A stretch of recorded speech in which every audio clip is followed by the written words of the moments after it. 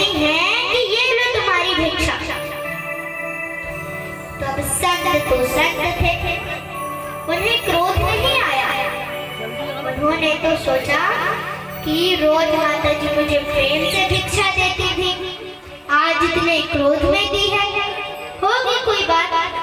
और फिर संत जी उस गंदे कपड़े को लेकर आश्रम में आ जाते हैं और आश्रम में आकर उस गंदे कपड़े को धो के सुखा देते हैं और फिर अपने आश्रम के कार्यों में लग जाते हैं।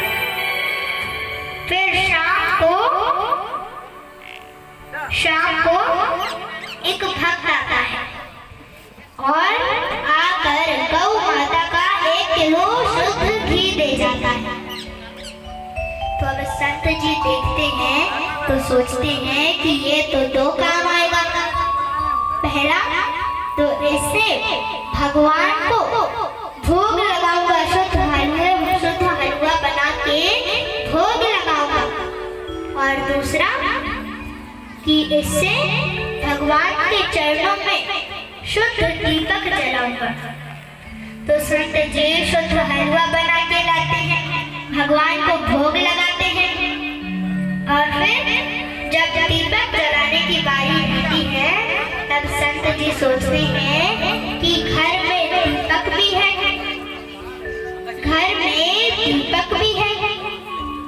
और घर में शुद्ध घी भी है, पर बाती नहीं है और बाती के लिए रुई भी नहीं।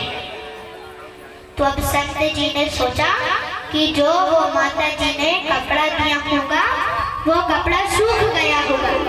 तो अब संत जी उस कपड़े को लाते हैं और उस कपड़े से 108 बातियां बनाते हैं और 108 बातियां बना के शुद्ध घी में डुबाते हैं और फिर भगवान के चरणों में दीपक जलाते हैं। तब वो कपड़ा भी कहता है कि धन्य है सत्पुरुषों का संग। जब तक मैं एक घर गृहस्थ के घर में था तब तक मैं गोबर से गंदा एक लीपने वाला कपड़ा था, लेकिन जैसे ही मैं संत जी की शरण में आया वैसे ही मैं भगवान के चरणों में जलने वाला दीपक बन गया। तो ऐसी है सत्संग और कुसंग की कहानी। फिर एक बार अजामिल अपने घर में ही था। तब अजामिल के गांव में कुछ संत महात्मा जी आते हैं। तो वहीं पर कुछ बालक खेल रहे होते हैं।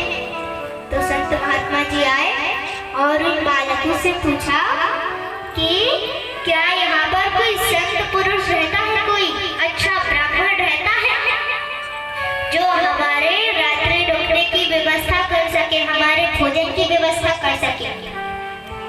तो अब उन बालकों ने भी अजामिल का मजाक उड़ा दिया। हाँ बिल्कुल, एक श्रेष्ठ ब्राह्मण रहता है, बिल्कुल आपके जैसा है, आपकी खूब सेवा करेगा, आपके रात्रि रुकने की व्यवस्था करेगा, आपके भोजन की व्यवस्था करेगा।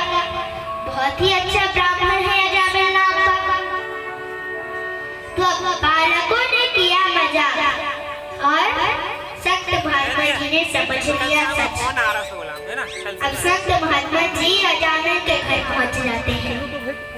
तो जब अजामिल देखता है तो अपने पुराने संस्कार याद आ जाते हैं कि कभी मैंने भी इनकी सेवा की थी।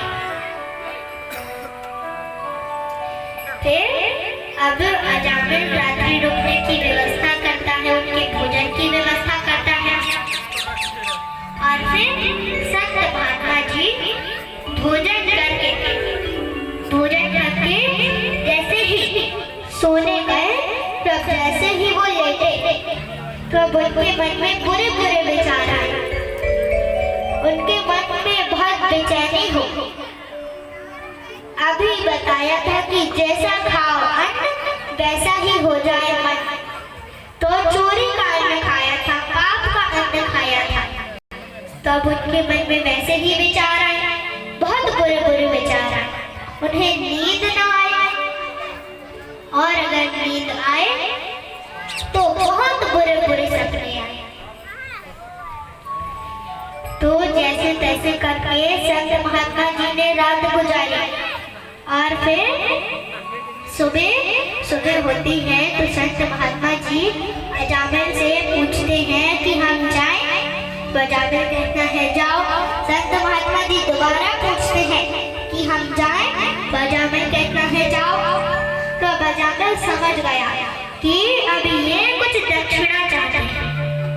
तो अब संत महात्मा जी कहते हैं कि तुमने हमें भोजन कराया है तो कुछ दक्षिणा नहीं दोगे क्या? तो अजामिल कहता है कि देखो, मैं तो ठहरा पापी, मैं तो ठहरा चोर। तो आप मेरे यही दक्षिणा समझिए कि रात भर में मैंने आपका कमंडल या फिर आपकी पोटली में से कुछ नहीं चुराया, यही मेरी दक्षिणा है। तब संत महात्मा जी समझ जाते हैं कि हमारे मन में इतने बुरे बुरे विचार क्यों आ रहे थे। तो संत महात्मा जी सोचते हैं कि अब इसका अन्न तो खाया है तो कुछ तो इसका भला करना चाहिए। तो संत महात्मा जी कहते हैं कि देखो, तुम हमें कुछ नहीं दे सकते, हम भी संत हैं, हम भी तुम्हें कुछ नहीं दे सकते, लेकिन हम एक बात कहते हैं, वो तो जरूर मानना। तो अजामिल कहता है ठीक है। तो संत महात्मा जी कहते हैं कि जब तुम्हारी पत्नी को संतान हो तो जो तुम्हें सबसे प्रिय संतान हो उसका नाम तुम नारायण रख देना।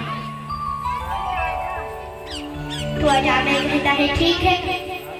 फिर अब इतना कहकर संत महात्मा जी चले जाते हैं। फिर अजामिल की पत्नी को संतान होती है तो अब अजामिल को वही सबसे प्रिय संतान होती है। तो अजामिल उसका नाम नारायण रख देता है। फिर अब अजामिल 24 घंटे सिर्फ नारायण नारायण नारायण नारायण नाम, घर के बाहर जाए नारायण, घर के अंदर आए नारायण, नारायण भोजन तो नारायण जल दो, 24 घंटे बस नारायण नारायण नारायण नाम जपे। तो अब वो तो भले था पापी, लेकिन अब नारायण तो भगवान का नाम है।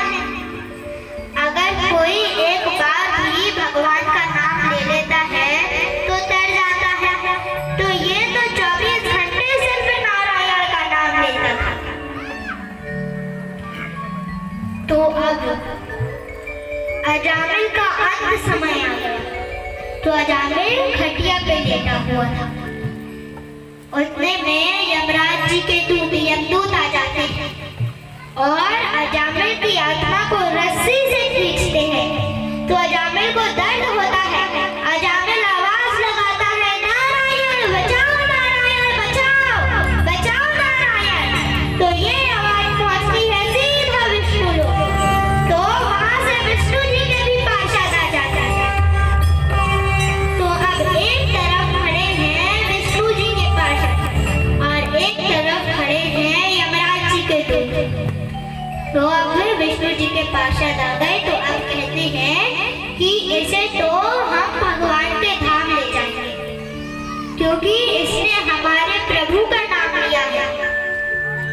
तो यमदूत कहते हैं कि नहीं नहीं, इसने आपके प्रभु का नाम नहीं लिया है, इसने तो अपने पुत्र का नाम लिया है नारायण। तो विष्णु जी के पार्षद नहीं मानते हैं और फिर अजामिल को वैकुंठ लोक ले जाते हैं।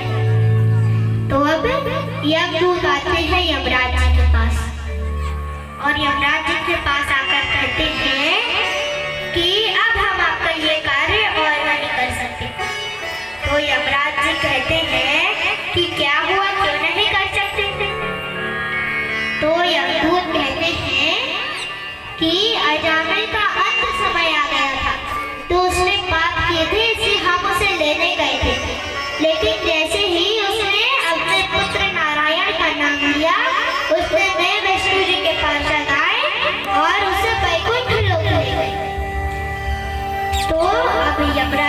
कहते हैं कि भगवान का नाम जैसे भी लो, जैसे कि अगर कोई बिल्डिंग से जानबूझ के नीचे गिरेगा तो भी चोट लगेगी, और धोखे से गिरेगा तो भी चोट लगेगी। अगर कोई आग में पाँव जानबूझ के रखेगा तो भी जलेगा, और अगर धोखे से रखेगा तो भी जलेगा। वैसे ही अगर भगवान का नाम जानबूझ के लो तो भी डर जाते हैं, और अगर धोखे से लो तो भी डर जाते हैं। इसलिए भगवान का नाम जैसे भी लो, नहाए लो बे नहाए लो, सोए लो बे सोए लो, रीत भजो या खींच भजो, भगवान का नाम जैसे भी भजो, भगवान अपने भक्तों पर प्रसन्न होकर अपने भक्तों को दान देते हैं। बोलिए बाबा बिहारी लाल की जन्म मुनि जतन कराही, जन्म मुनि जतन कराही, अंत राम कही आवत नाही, जन्म मुनि जतन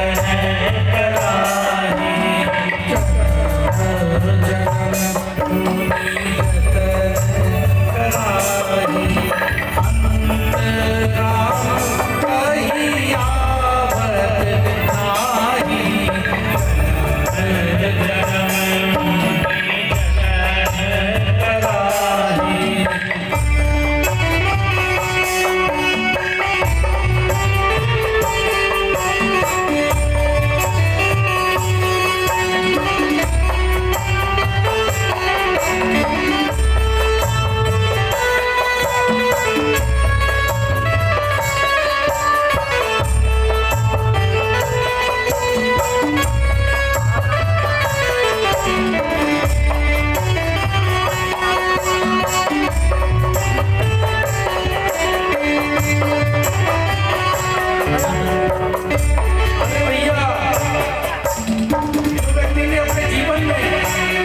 जवानी में नाम नहीं लिया वो अंत समय में क्या नाम लेगा? बुढ़ापे में आप क्या नाम लेंगे जब जवानी और बचपन में भगवान की भागवत में नहीं आए, भगवान के मंदिर में नहीं आए। लोग सोचते हैं कि जब बूढ़े हो जाएंगे उस समय भगवान का नाम ले लेंगे। अरे जब बोलने की हिम्मत ही नहीं रहेगी, जब हाथ पैर में वो ताकत ही नहीं होगी तो कहाँ से नाम लेंगे? इसलिए अभी से आदत